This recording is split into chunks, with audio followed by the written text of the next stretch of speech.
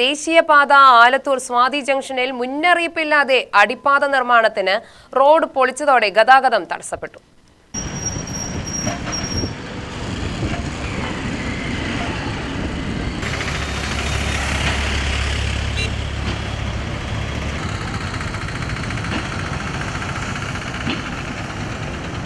കഴിഞ്ഞ ദിവസമാണ് ദേശീയപാതയുടെ കരാർ കമ്പനി അടിപ്പാത നിർമ്മാണത്തിനായി ജംഗ്ഷനിൽ 4 കൂടിയ ഭാഗത്തെ റോഡ് പൊളിച്ചത്.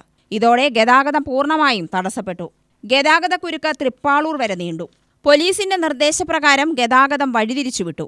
ആലത്തൂർ ടൗണിൽ നിന്നും കാവശ്ശേരി, പുതിയങ്കം, പെരുങ്കുളം, ഗാന്ധി ജംഗ്ഷൻ പോകേണ്ടവർക്കും തിരിച്ച് ആലത്തൂർ ടൗണിലേക്ക് ഇവിടെയുള്ളവർക്ക് വരാനും റോഡുകളുടെയും കൽവർട്ടുകളുടെയും പാതയ്ക്കിരുവശമുള്ള കാനകളുടെയും പണികൾ പൂർത്തീകരിക്കാത്തതിനാൽ കാൽനട യാത്ര പോലും ദുസ്സഹമായി. പ്രശ്നം ഉടൻ പരിഹരിക്കണമെന്ന് ഓട്ടോ ഡ്രൈവർമാർ ആവശ്യപ്പെട്ടു. സ്വാതി ജംഗ്ഷനിൽ ഒരു പാലം വരാനായിട്ട് ആദ്യം തന്നെ അത് പാസ്സായതാണ്. വ്യാപാരി വ്യവസായി സംഘടനയൊക്കെ വെച്ചിട്ടാണ് അത് പാലം മുമ്പ് അനുവദിച്ചതില്ലാതായത്. പിന്നീട് അത് പാലം വേണമെന്ന് ഒരുപാട് ആളുകൾ മരണപ്പെടുകയും പാലം വേണമെന്ന് ഒരു കമ്മിറ്റി ഉണ്ടാക്കുകയും അതിൻ്റെ അടിസ്ഥാനത്തിൽ പാലം വരികയും ചെയ്തു.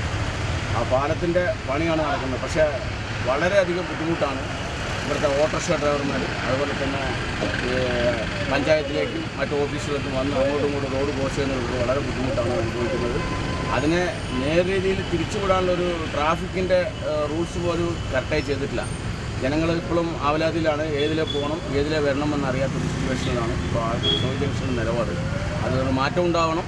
അതിനെ സിഗ്നലുകൾ കൊടുത്ത് കറക്റ്റായിട്ട് വണ്ടികളെ അങ്ങോട്ടും ഇങ്ങോട്ടും തിരിച്ചുവിടാനുള്ളൊരു സംവിധാനം, മേൽ നടപടികൾ ഇതിൻ്റെ ട്രാഫിക് റൂൾസ് അനുസരിച്ച് ഡിപ്പാർട്ട്മെൻറ്റ് പോലീസായാലും അതുപോലെ തന്നെ പഞ്ചായത്ത് കമ്മിറ്റി ആയാലും തഹസിൽദാരൊക്കെ ഇടപെട്ടുകൊണ്ട് ചെയ്തു തരണം. വളരെ അത്യാവശ്യമാണ്.